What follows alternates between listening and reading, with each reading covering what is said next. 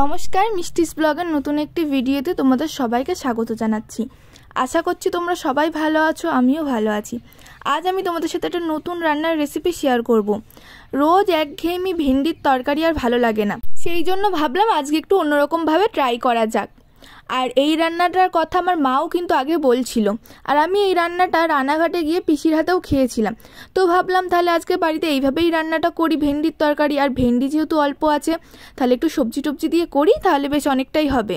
আর খেতেও কিন্তু হয় দারুণ। প্রথমেই আমি এখানে ভেন্ডি নিয়ে নিয়েছি। যে ভেন্ডিগুলো বড় বড় ছিল সেগুলো মাঝখান থেকে কেটে নিয়েছি, আর যেগুলো ছোট ছোট ছিল সেগুলো আর কাটিনি। তারপর নিয়েছি পটলগুলোকে আমি 4 টুকরো করে কেটে নিয়েছি। আর নিয়েছি দুটো আলু, দুটো বড় সাইজের আলু নিয়েছি। আলুগুলোকেও সুন্দর করে ছোট ছোট টুকরো করে কেটে নিয়েছি লম্বা লম্বা। আর এখানে আছে সর্ষে আর পোস্ত, আর দিয়েছি 4 থেকে 5টা মতো কাঁচা লঙ্কা। এবারে অল্প করে জল দিয়ে খুব ভালো করে একটা পেস্ট বানিয়ে নিতে হবে। আর খুব ভালো মিহি করে পেস্ট বানাতে হবে, যেন দানা দানা না থাকে সর্ষে আর পোস্তগুলো।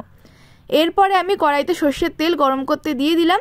এবারে আমি এর ভিতরে ফোড়নের জন্য দেব কালো জিরে আর শুকনো লঙ্কা।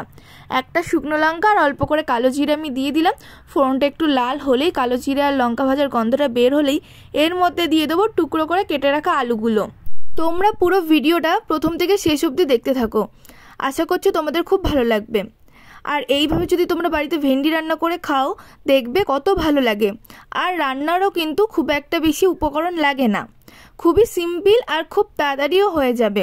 আর এটা কিন্তু নিরামিষ রান্না, আমি এখানে কিন্তু কোনো পেঁয়াজ রসুন কিচ্ছু ব্যবহার করিনি, সম্পূর্ণ নিরামিষ রান্না। আর খেতেও কিন্তু হবে দুর্দান্ত।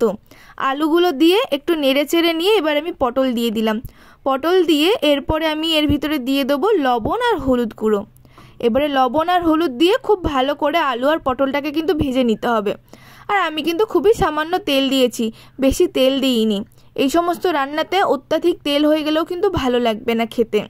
একঘেয়েমি ওই ভেন্ডি ভাজা আর ভেন্ডির তরকারি না করে এইভাবে যদি তোমরা ভেন্ডি আলু পটল টটল দিয়ে সর্ষে পোস্ত দিয়ে রান্না করে খাও, দেখবে কত ভালো লাগে। আমার চ্যানেলের ভিডিওগুলো তোমাদের কেমন লাগে অবশ্যই কিন্তু কমেন্ট করে জানিও। আর তোমরা আমার কাছে কোন কোন রান্নার ভিডিওগুলো দেখতে চাও আমাকে জানিও কমেন্ট করে, আমি সেই রান্নার ভিডিওগুলো দেওয়ার চেষ্টা করব। আলু আর পটলটা খুব ভালো করে ভেজে নিয়ে এরপরে আমি এর ভিতরে দিয়ে দেবো ভেন্ডিগুলো। ভেন্ডি দিয়েও একটু ভালো করে ভেজে নিতে হবে কিন্তু।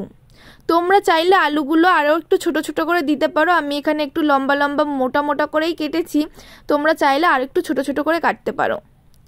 এবার আমি ভেন্ডিগুলো দিয়ে দিচ্ছি। ভেন্ডি দিয়ে খুব ভালো করে এবার ভেজে নিতে হবে কিন্তু, খুব ভালো করে 5 থেকে 7 মিনিট আমি ভালো করে ভেজে নেব।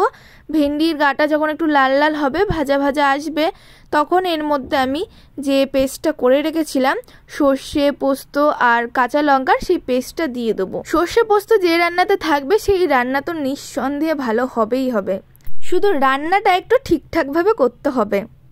এবারে আমি এর মধ্যে দিয়ে দিলাম কিছুটা মশলা ধোয়া জল। আর এর মধ্যে আমি পরিমাণ মতো জল দিয়ে দেবো। এমনভাবে জলটা দেবো যাতে আলু পটল ভেন্ডি সব কিছুই সিদ্ধ হয়ে যায়, আর এদিকে আমার জলটাও কিন্তু একদমই টেনে যায়। রান্নাটা পুরো মাখা মাখা হবে, একদমই ঝোলঝোল হবে না। সেই কারণে একটু পরিমাণ বুঝে জলটা দিতে হবে, যাতে সব কিছু সিদ্ধও হয়ে যায় আর এদিকে আমার জলটাও মানে ঝোলটাও টেনে যায় একদম। এবার আমি জল দিয়ে খুব ভালো করে নেড়ে চেড়ে এর ভিতরে পরিমাণ মতো একটু লবণ, আর দিয়ে দেবো এর মধ্যে হলুদ গুঁড়ো, আর দিয়ে দেবো এর মধ্যে সামান্য একটু চিনি।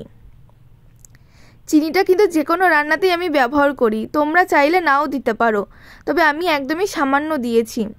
এবারে খুব ভালো করে নেড়ে চেড়ে নিয়ে আমি এটাকে ঢাকা দিয়ে রেখে দেবো কিছুক্ষণের জন্য, যাতে আলু পটল আর ভেন্ডিটা খুব ভালোভাবে সিদ্ধ হয়ে যায়।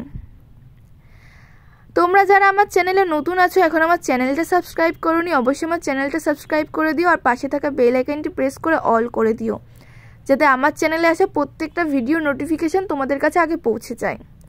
দেখো ঢাকনা খুলে এবারে আমি একটু দেখে নেব যে আলুগুলো সিদ্ধ হয়েছে কিনা। পটল আর ভেন্ডিটা কিন্তু সিদ্ধ হয়ে গেছে। আর এবারে ভালো করে নেড়ে চেড়ে নিয়ে নুন মিষ্টি আর ঝালটা দেখে নিতে হবে। নুন মিষ্টি ঝাল যদি লাগে তাহলে এখানে একটু দিয়ে দেওয়া যেতে পারে, তবে তোমরা সবসময় চাইবে এখানে যেন গুঁড়ো মশলা ব্যবহার না হয়। কাঁচা লঙ্কাটা বেটেই দেওয়ার চেষ্টা করবে। দেখো ঝোলটাও কিন্তু একদমই টেনে গেছে, আর এদিকে আমার আলুগুলোও সিদ্ধ হয়ে গেছে। ব্যাস তাহলেই এবার রেডি আমার গরম গরম ভেন্ডি আলু পটলের তরকারি। খেতে কিন্তু হয়েছে মারাত্মক সুন্দর। আশা করছি আজকের ভিডিওটা তোমাদের ভালো লেগেছে। যদি ভালো লেগে থাকে অবশ্যই আমার চ্যানেলটা সাবস্ক্রাইব করে দিও, আর ভিডিওতে একটা লাইক, কমেন্ট আর শেয়ার করে দিও। সবার সাথে আবার দেখা হবে অন্য একটা ভিডিওতে।